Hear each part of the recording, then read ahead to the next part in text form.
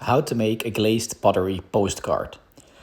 I started off with generating an image using ChatGPT and then tracing it on some tracing paper and then transferring it onto a piece of linoleum.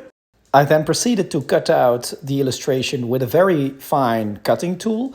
So it's more like a triangle shape, so I have very fine ridges in the end. One thing to take into account is that your illustration needs to be mirrored, especially with text. I then started to use monster clay, which melts completely when you heat it above, I think, 70 degrees. At that point, it does become a liquid that you can easily cast. So I then built up some walls and cast it onto that linoleum piece.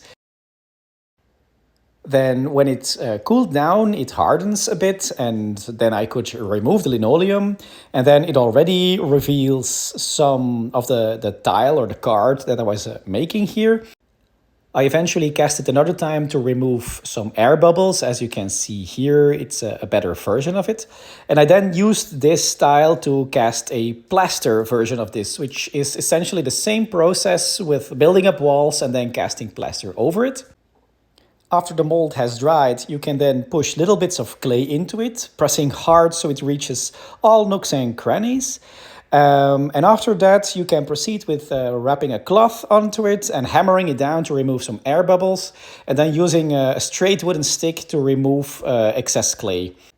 They will self-release from the mold, and after they have dried between two sheets of plaster, you can fire them at cone 6.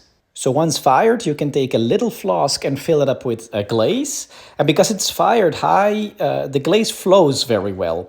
So here I'm applying it next to the ridges, keeping the ridges free so the glaze won't spill over it. And we have a very nice outline of the letters.